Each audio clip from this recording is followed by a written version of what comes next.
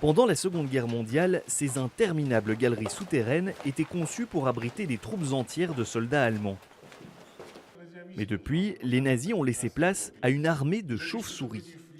D'octobre à avril, elles sont des dizaines de milliers à venir hiberner ici, dans l'ouest de la Pologne, dans ce qui est devenu le plus grand refuge artificiel de chauves-souris en Europe.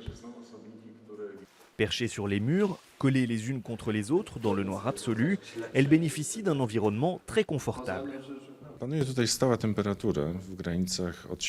Ici, il y a une température stable entre 7 et 9 degrés, parfois 10, mais ça ne varie jamais plus. Il y a aussi une très grande humidité de l'air. Sur certains tronçons, elle dépasse 90%. Ce sont des conditions idéales pour l'hibernation des chauves-souris. Située 150 km à l'est de Berlin, la petite ville de Międzyrzecz faisait partie de l'Allemagne en 1939.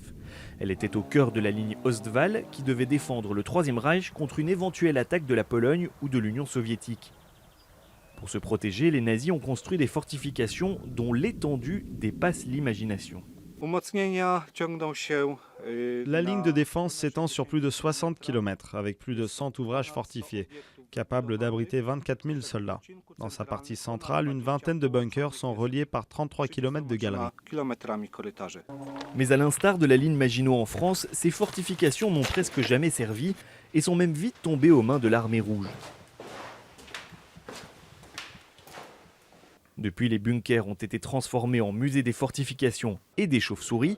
Impossible toutefois pour les touristes de pénétrer dans les galeries souterraines en hiver de peur de les réveiller. Les chiroptères peuvent donc finir d'hiberner en toute sécurité.